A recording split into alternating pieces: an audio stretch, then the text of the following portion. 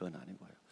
우리가 가야 될 때 가고 멈춰야 될 때 멈출 수 있는 능력, 절제할 수 있는 능력 있어야 그게 축복을 만든다는 거죠. 고린도서 9장 25절에 보면 이기를 다투는 자마다 모든 일에 절제한다. 이기를 다투는 자마다 모든 일에 절제한다 했는데, 이 절제하는 능력이 고수할 수 있는 능력이고, 이런 자가 축복을 만들 수 있다는 제목으로 말씀을 드리고자 합니다. 우리가 명견하고 잡종견하고 구별하는 것이 있는데, 아주 가격이 비싸고 그리고 이 족보가 있는 이런 개가 우리가 명견이라 싶지만, 한편으로 명견과 이 잡종견의 차이를 보게 되면, 아무리 명견이라도 주인이 안 돼, 멈춰, 먹지 마, 앉아 이렇게 명령을 하면 아무리 맛있는 고기가 있다 할지라도 침을 질질 흘려도 끝까지 주인의 명령에 따라 그 맛있는 음식을 먹지 않는 그 개가 진짜 명견이고요. 잡종견은 아무리 족보가 있어도 비싸도, 아무리 값어치가 우리 하루에 보여도 주인이 먹지 마 하면 좀 견디다가 나중에 주인이 잠시 눈 돌리는 사이에 더 스물고 도망간다면, 그건 아무리 족보가 있고 아무리 돈이 비싸게 주고 산 이쁜 개라도 잡종견입니다. 결국 멈출 수 있을 때 멈출 수 있는 능력이 그것이 바로 가치가 있다는 말이죠.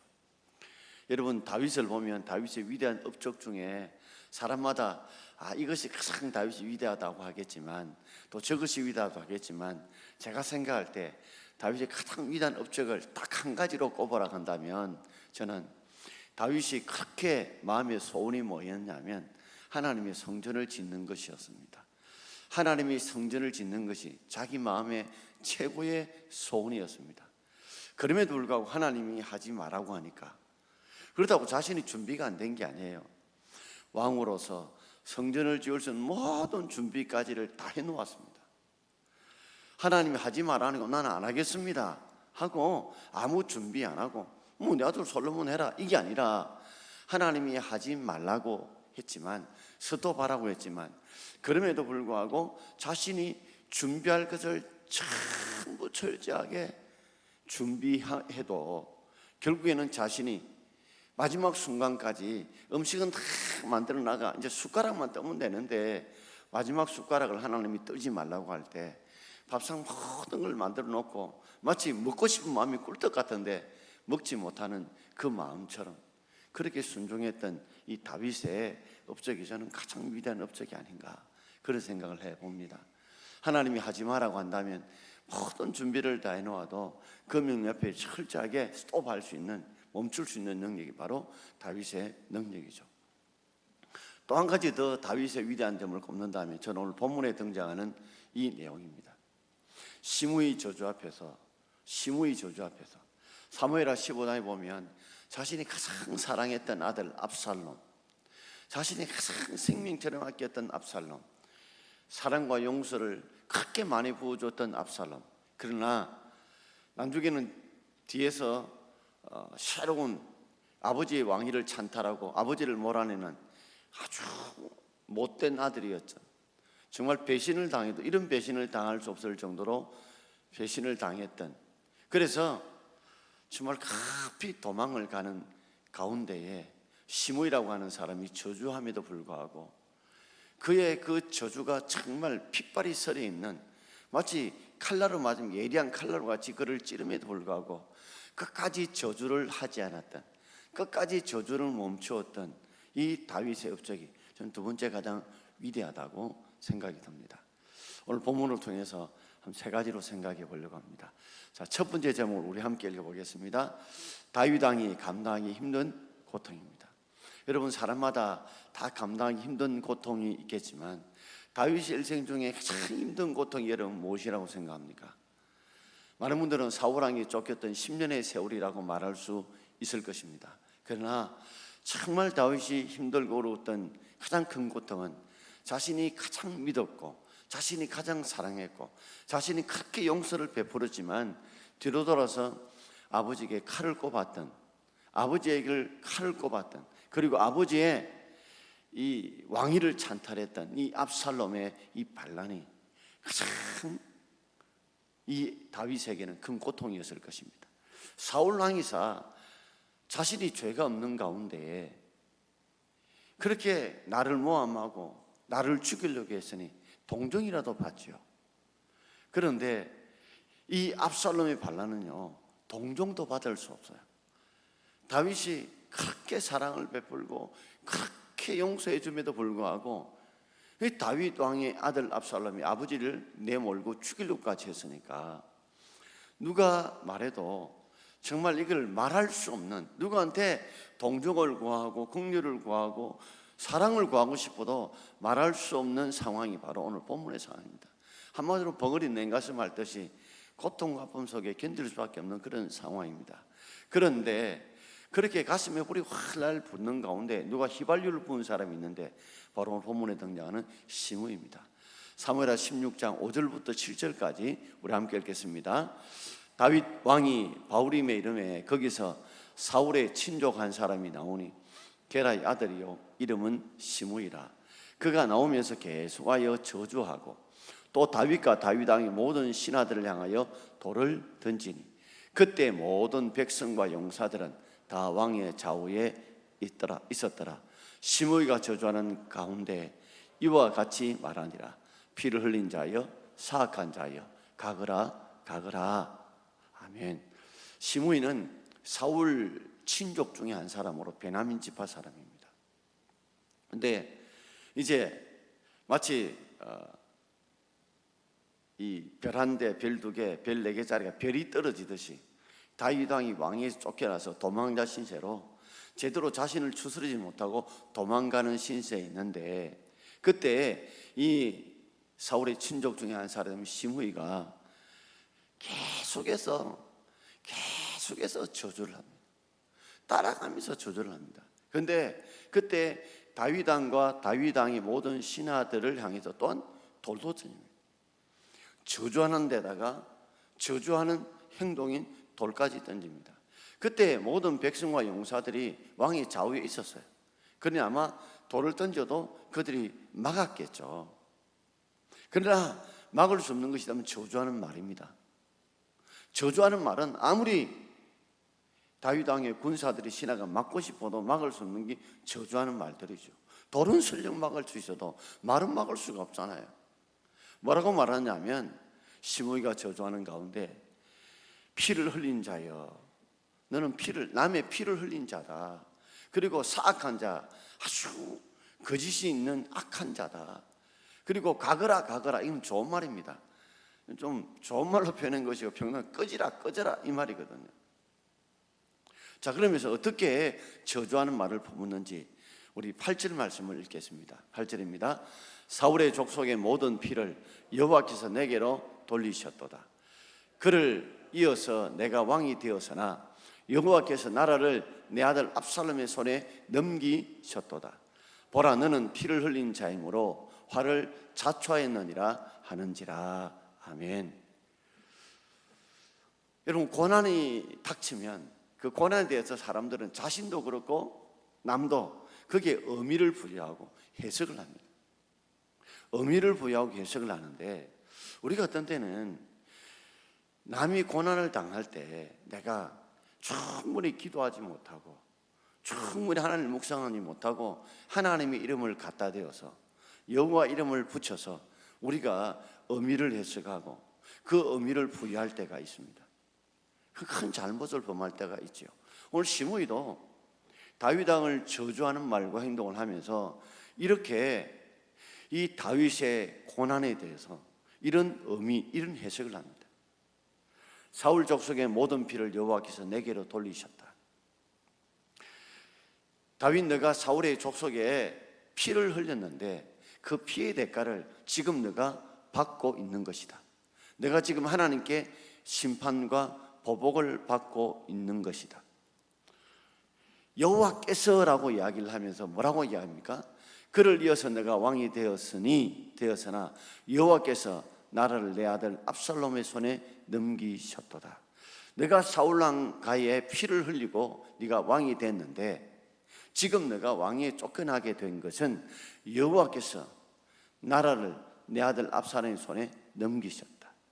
그래서 네가 압살롬에 의해서 네가 왕위를 빼앗긴 이유는, 그 의미는 사울 왕가의 무죄한 피를 흘린 그 대가를 네가 하나님께 지금 받고 있는 것이다 하고 여호와께서라고 그렇게 자기 해석을 붙입니다.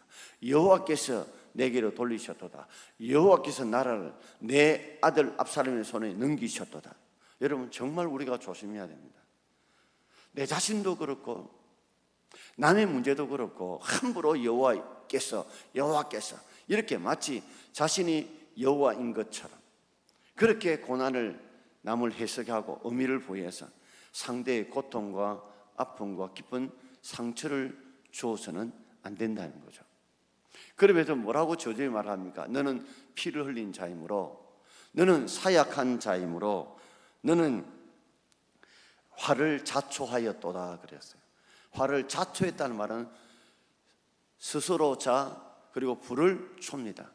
네가 스스로 화를 불러들였다. 왜? 네가 사울 왕가를 피를 흘렸기 때문에 여호와께서 그 죄를 내게 돌렸고, 그리고 그 왕위를 압살롬의 손에 넘기셨다는 거죠.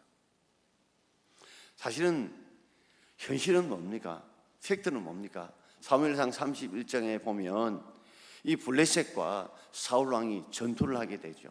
그러다가 길보아산 전투에서 이제 전세가 점점 이렇게 불리하게 되자 우연히 하사를 그 갑옷 솔기에 박혀서 그때 피를 흘리면서 자신이 더욱더 살 수 없다는 걸 알고 그때 병기 잡은 자에게 나를 좀 찔러주려 하니까 사울왕의 병기 잡은 부관이 두려워 떨자 자기 스스로 그 칼 위에 자신이 몸을 던져서 스스로 극단적인 선택을 했던 자가 사울왕이지.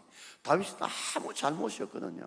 아무 잘못이 없는데 사울왕가가 망하고 베냐민 지파가 망하고 유다 지파였던 이 다윗이 왕이 되자 결국 이 왕이 된 꼴을 못 보겠다는 거죠. 이 왕의 꼴을 못 보겠다는 거예요. 그래서 사울 왕가가 망했던 이유를 엉뚱한 다윗에게 덮어씌우면서 다윗이 지금 압살롬에 의해서 왕위를 빼앗기자 이런 어려움을 겪자 내가 사울 왕가의 피를 흘렸기 때문이다. 내가 악한 대가를 지불하고 있기 때문이다. 내가 그래서 네 아들한테 왕위를 빼앗겼다라고 여호와께서 하셨다고 이름을 퍼부으며 저주를 하고 있습니다. 여러분, 우리가 남에게 저주를 할 때에 어떤 때는 정말 자기 감정을 하는 그 저주는 그래도 좀 괜찮은데 제발 하나님 이름을 걸고 하나님 이름을 들썩이면서 거기에 이름을 붙여서 해석을 하고 의미를 부여하면 절대 되지 않습니다. 그건 하나님이 더 큰 진노를 받게 되어져 있습니다. 어느 정도로 시므이가 저주를 극단적으로 했는지 우리 13절 한번 읽어볼까요? 13절입니다. 다윗과 그의 추종자들이 길을 갈 때에 시므이는 산비탈로 따라가면서 저주하고 그를 향하여 돌을 던지며 먼지를 날리더라. 정말 해도 너무하지 않습니까? 산비탈까지 따라가서 거기서 돌을 던지다가 돌로 안 되니까 먼지를 날리다 먼지까지도 뿌린 거예요. 죄를 뿌리듯이 저주의 먼지를 저주의 죄를 날린 겁니다. 여러분, 이 정도 되면 보통 사람 같은 어떤 마음이 될 거예요? 마음이 저주하고 싶은 마음이 생길 수밖에 없습니다.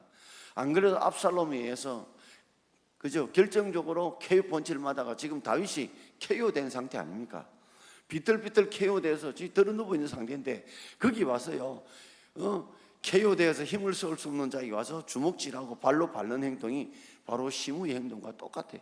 지금 막 불이 나고 있는데 더 잘 붙으라고 휘발유 붙는 꼴과 똑같다는 거죠. 그래서 옆에 있는 사람들이 도저히 그걸 못 봐서 9절에 이렇게 말을 하고 있습니다. 자, 9절 말씀을 함께 읽겠습니다. 스루의 아들 아비새가 왕께 여짜오되 이 죽은 개가 어찌 내 주왕을 저주하리까? 청하건대 내가 건너가서 그의 머리를 베게 하소서 하니 그랬습니다.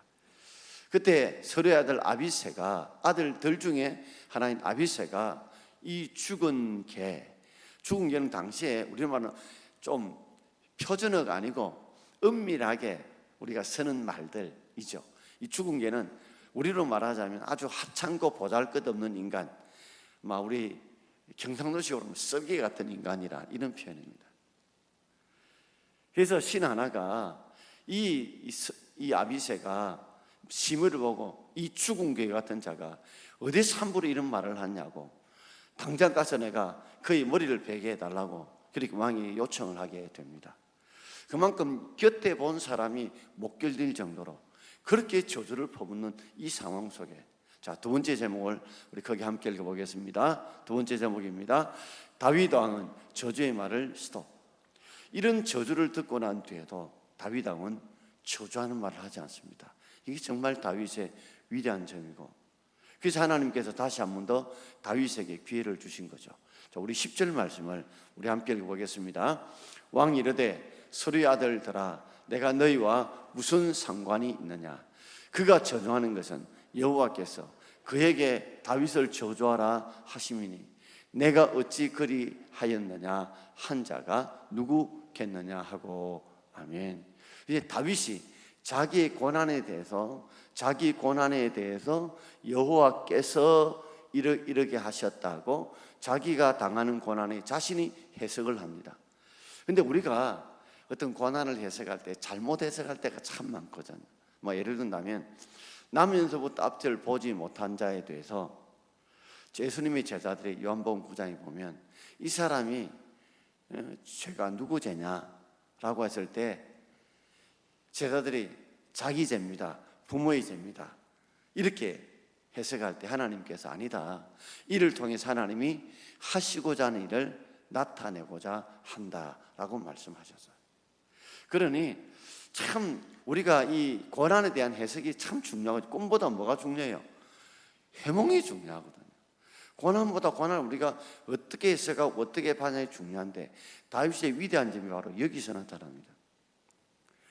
그가 시므이가 저주하는 것에 대해서 모두가 분노할 수밖에 없어요. 그런데 왕이 이르되 서루의 아들들아 하면서 아비새를 지목하면서 내가 너희와 무슨 상관이 있느냐, 이 말은 너희가 이 일에 대해서 상관할 일이 아니다, 너희들이 이 일에 대해서 간섭할 일이 아니다 라고 선을 딱 그으면서 그가 저주하는 것은 여호와께서 그에게, 시므에게 다윗을 하나님이 저주하라고 하셨다. 그러니까 시므의 저주는 하나님께서 그렇게 하라고 한 저주다라고 다윗이 받아들이고 있는 것입니다. 저는 천국 가서 물어보고 싶어요. 정말 시므이 저주할 때 하나님 시므에게 그렇게 저주하라고 하나님 명령하셨습니까? 묻고 싶어요.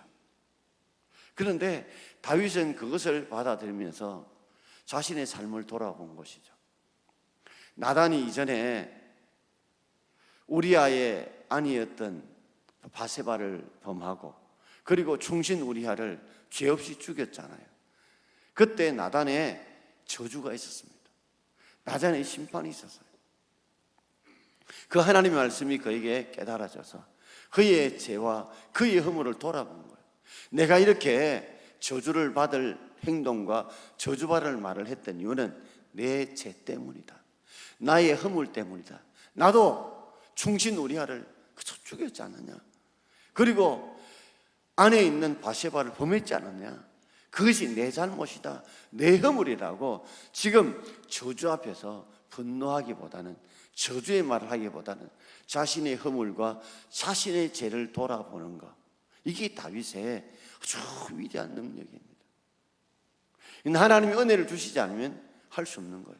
그러니까 다윗이요, 이런 처절한 가장 극심한 고난 가운데, 가장 비참한 고난 고통 가운데도요 은혜가 그 속에 있었어요.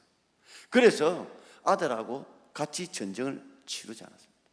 압살롬이 그렇게 반란을 일으켰을 때 압살롬과 같이 맞짱 뜨지 않았습니다. 그저 자기 몸을 빠져나왔어요. 그리고 지금 시므이가 이렇게 저주할 때도 그 속에 자신의 죄를 뉘우치는 회개를 가지고 있었기 때문에 그 시므이 저주 앞에 그가 같이 저주하고 그를 하여금 죽일 수 있음에도 불구하고 옆에 신하들도 있었잖아요. 용사들도 있었잖아요. 그럼에도 불구하고 그가 악을 악으로 갚지 않았다는 것이죠. 너가 어찌 그리하였느냐 할 자가 누구냐? 자기는 마땅히 이런 죄와 이런 저주를 받을 만한 자라고 지금 철저하게 자기 죄를 뉘우치고 회개하고 있다는 것이죠. 여기서 우리가 참 배워야 할 점은 고난이 오고 역경이 올 때에 우리가 남 탓하거나 환경 탓하기보다는 먼저 하나님 앞과 내 사이에 내 허물이 무엇인가, 내 죄악이 무엇인가를 먼저 돌아보는 것이 은혜 중에 은혜인 줄 믿습니다. 우리가 무엇을 크게 기도해서 응답받는 것보다도 정말 더 큰 은혜는요, 자신이 죄인인 줄 알고 자신의 허물을 발견하는 것이 정말 은혜 중에 은혜입니다, 여러분. 왜냐하면 마치 이것은 어디 병원에 갔는데 자신은 건강한 줄 알았는데 그 속에 암균이 있다든지 지금 암 덩어리가 있다는 걸, 이걸 발견하는 것과 똑같아요. 당장 그 순간은 힘들고 아프겠지만 멀지 않아 이거는 치유될 수 있는 그런 아름다운 은혜와 능력이 있는 것이잖아요. 저는 은혜 중에 최고의 은혜는 자신의 죄인 줄 알고 자신의 허물을 발견할 수 있는 게 그게 최고의 은혜입니다. 이거는 정말 영적인 은혜를 안 받으면 깨달을 수 없고 내가 얻을 수 없는 거예요. 여러분, 세상에 안 믿는 사람들도 부의 은혜를 누리고 장수의 은혜를 누릴 수 있습니다. 어떤 분은 부의 은혜, 장수의 은혜가 최고의 복이라고 생각할지 모르지만 저는 제가 생각할 때 진짜 큰 복은 자신이 죄인됨을 알고 자신의 허물을 깨닫고 하나님 외에는, 십자가 외에는 나를 도울 자가 없고 그 은혜 때문에 내가 산다는 이 영적인 은혜를 깨닫는 자가 가장 복 중에 큰 복인 줄 믿습니다. 그런 자는 절대로 주님이 떠나지 않습니다. 그런 자 하나님이 더 큰 은혜와 복을 끝까지 부어주신다는 것이죠. 초나라에 장왕이라는 왕이 있었습니다. 하루는 신하들을 다 모아놓고 잔치를 벌이게 되었습니다. 그런데 마침 그 이제 신하들 모아놓고 자신이 이 궁녀들을 한 사람 앉혀놓고 큰 잔치를 보는데 갑자기 큰 비바람이 불면서 그 촛불이 다 꺼지고 말았어요. 그 중에 한 신하가 궁녀 중에 흑심을 품은 궁녀가 있었던가 봐요. 그러니까 그 궁녀를 좀 껴안고 좀 희롱을 했던가 봐요. 그 궁녀가 놀라서 이 왕의 이 장군들이 두고 있는 옷술이라는 게 있지 않습니까? 옷술, 그죠? 대리에 딱 표시하는 옷술을 잡아당긴 거예요. 그리고 왕이여, 저를 희롱하는 자가 있습니다. 제가 옷술을 뗐습니다. 왕이여, 빨리 불을 밝혀서 그 자를 잡아 주십시오. 그러자 왕이, 초나라의 장왕이 하는 말이, 그 소리를 듣고 모든 장군들로 하여금 이 투구의 옷술을 다 뽑아라 했습니다. 다 떼어내려 했습니다. 그리고 다 그것을 내게로 다 던져라. 다 던져라. 그리고 불을 켜라 그랬어요. 그랬더니 이게 누가 그랬는지 확실히 안 되잖아요. 그리고 세월이 흘렀습니다. 초나라 장왕이 진나라와 전투를 할 때 정말 풍전등화에 그 생명 위기에 올렸을 때 한 군사가, 한 장군이 자신이 목숨을 내걸고 그 초나라의 장왕을 건졌는데 바로 그 사람이 장웅이라는 사람입니다. 자신이 분명히 죽어야 마땅함에도 불구하고 자신을 살려주었던 그 은혜를 그가 왕이 어렵고 힘들 때에 위기의 순간에 건져주게 된 겁니다. 여러분, 우리가 은혜를 이렇게 베푸는 것도 너무 감사하지만 그러나 더 큰 것은 자신의 죄와 자신의 허물을 깨닫는 것은 더 중요한 것입니다. 오늘 이 다윗에게 다시 한번 하나님이 기회를 주시죠. 압살롬을 죽이게 만드시고 마지막 다시 기회를 주신 이유도 자신의 죄와 허물을 발견하고 저주하지 않았다는 것에 하나님이 큰 은혜를 주시 믿고 저와 여러분들이 그런 은혜가 있기를 주의 이름으로 축원드립니다. 자, 마지막 세 번째입니다. 다윗의 축복 믿음의 말의 시작입니다. 우리가 안 해야 될만 안 해야 되지만 우리가 믿음과 축복의 말은 또 할 때는 해야 되거든요. 오늘 그 말씀이 무엇인가? 우리 12절 말씀을 우리 함께 읽어보겠습니다. 혹시 여호와께서 나의 원통함을 감찰하시리니 오늘 그 저주 때문에 여호와께서 선으로 내게 갚아주시라 하고. 아멘. 여호와께서 나의 원통함을 감찰하시리니, 이 원이라는 말은 나의 억울함을 말하고요, 통은 애통함, 슬픔을 말해요. 나의 억울함과 이 슬픔을 하나님이 지금 다 보고 계실 거다 하면서 오늘 그 저주 때문에, 이 시므의 저주 때문에, 그 악 때문에 여호와께서 손으로 내게 갚아 주시리라. 그 시므이의 저주가 하나님 내게 내린 저주인 줄 알고 내가 철저히 회개하고 뉘우치오니, 다시 한 번 더 하나님, 이 회개하고 뉘우치는 것에 하나님께서 손으로 베풀어 달라는 이 다윗의 기도입니다.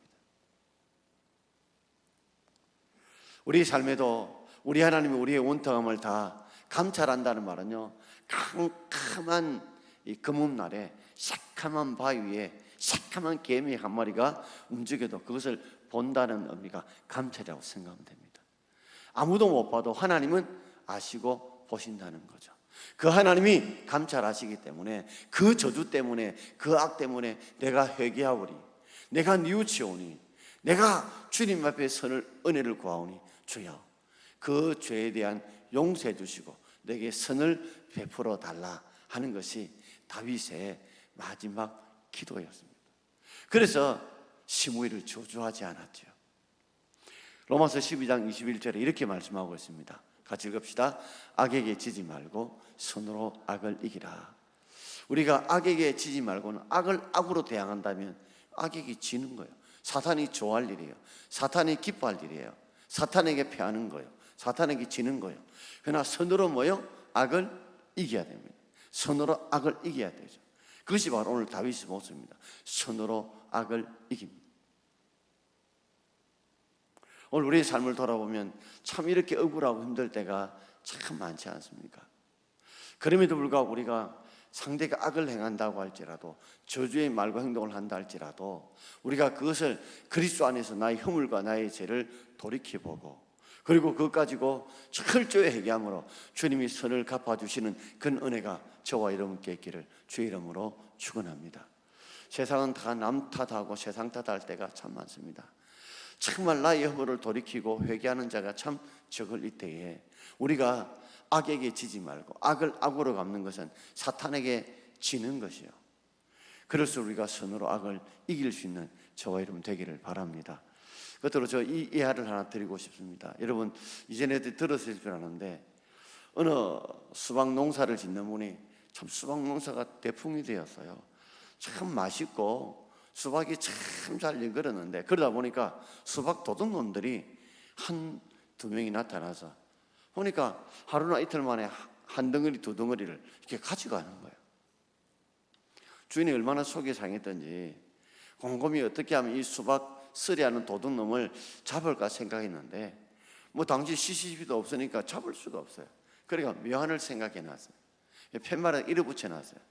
여기 수박 한 통에는 주인이 농약을 넣어 놓았다. 그러니 잘못 수박 서리하다가는 너가 농약 먹고 죽을 수 있으니 절대 수박 서리하지 말 것. 이렇게 결을 붙여놨어요. 그러니까 아니나 다를까 며칠 동안 수박 서리하는 도둑놈이 없었어요. 그런데 일주일 지나서 그 옆에 이런 글귀가 붙었어요. 여기에 수박에 농약에 들어간 수박이 둘인데 하나는 주인이 농약을 쏜 것이고 하나는 내가 도둑놈이 농약을 넣어놨다는 거예요.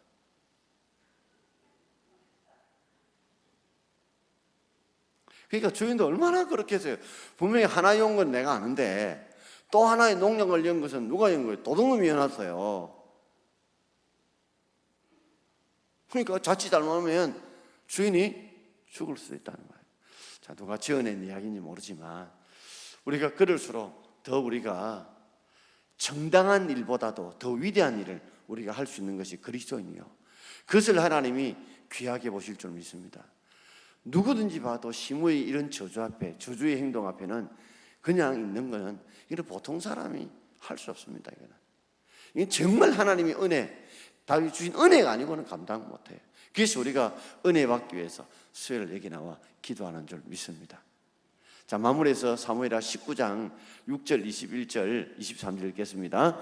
바후림에 있는 베냐민 사람 게라의 아들 시므이가 급히 유다 사람과 함께 다윗 왕을 맞으러 내려올 때 스루의 아들 아비새가 대답하여 이르되 시므이가 여호와의 기름 부으신 자를 저주하였으나니 그로 말미암아 죽어야 마땅하지 아니하겠나이까 아니라. 왕이 시므이에게 이르되 너가 죽지 아니하리라고 그에게 맹세하니라. 사람 이름은 알 수 없잖아요. 정말 서산에 지는 해 같은 줄 알았는데, 다시 못 돌아올 줄 알았는데, 다시 동력 해가 떠오르시 다윗이 왕권을 해가 돌아오는 거예요. 그러자 시므이가 막 급하게 쫓아 나옵니다. 막 살려달라고. 다 때려 죽이지 않은데도 이 다윗 왕은 너는 죽지 않을 거라고 내가 맹세한다. 끝까지 사랑을 베푸는 이 모습을 보면서 우리가 저주의 말도 스탑해야 되지만 축복의 말은 비록 악한 자라도 우리가 그에게 선을 베풀고 우리가 복을 베풀 수 있는 은혜가 있기를 주의 이름으로 축원합니다. 그럴 때 우리가 이 어렵고 힘들 때 이 은혜를 주신 것은 우리 힘에서 절대 나올 수 없습니다. 우리가 기도하고 말씀 붙들고 찬양할 때 주님이 그런 은혜, 고난 중에 다윗에게 주신 그런 은혜를 우리에게 주신다면 하나님 다윗에게 회복하신 그 놀라운 역사를 우리에게도 회복시켜 주실 줄 믿습니다. 자, 주여 주는 완전합니다. 이 찬송 한번 부르고 싶습니다. 저는 이 찬송 부를 때마다 우리는 연약하고 넘어지고 수밖에 없지만 주가 완전하십니다. 그러므로 완전하신 주님 앞에 의지하고 그분의 능력을 구하고 그분의 도움을 구하면 그분이 주실 힘을 가지고서 우리가 온전한 삶을 살아가게 될 줄 믿습니다. 주여 우리 연약합니다.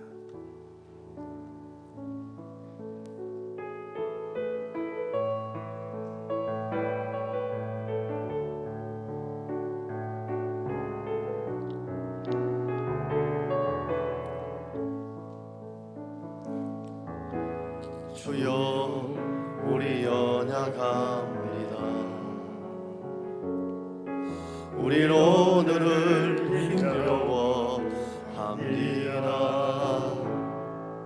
주 뜻 이루며 살기에 부족합니다. 우린 연약합니다. 주여 우리 넘어집니다. 오늘 하루 또 실수합니다. 주의 긍휼을 구하는 죄인입니다. 우리 주만 바라봅니다. 한없는 주님의 온 세상 위에 넘칩니다. 가릴 수 없는 주 영광 온 땅 위에 충만합니다. 주님만 이기리오니 우린 그를 따라갑니다. 그날에 우리를 이루신 주는 완전하사. 주여 우리 연약합니다. 주여 우리 연약합니다. 우린 오늘을 힘겨워합니다. 주 뜻 이루며 살기에 부족합니다. 우리 연약합니다. 주여 우리 넘어집니다. 오늘 하루 또 실수합니다. 주의 긍휼을 구하는 죄인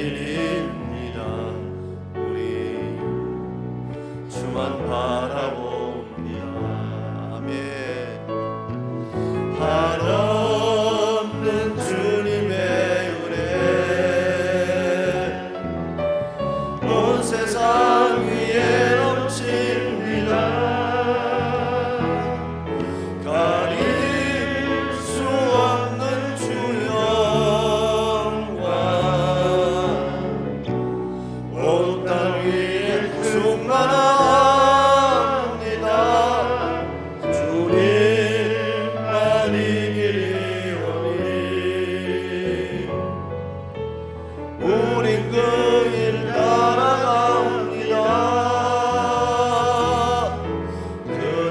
그날에 우리를 이루신 주는 한없는 주님의 은혜, 한없는 주님의 은혜, 온 세상 위에 넘칩니다. 가릴 수 없는 주 영광, 온 땅 위에 충만합니다. 주님만 이기리오리. 우린 그 길 따라갑니다. 그날에 우릴 이루신 주는 완전합니다. 할렐루야.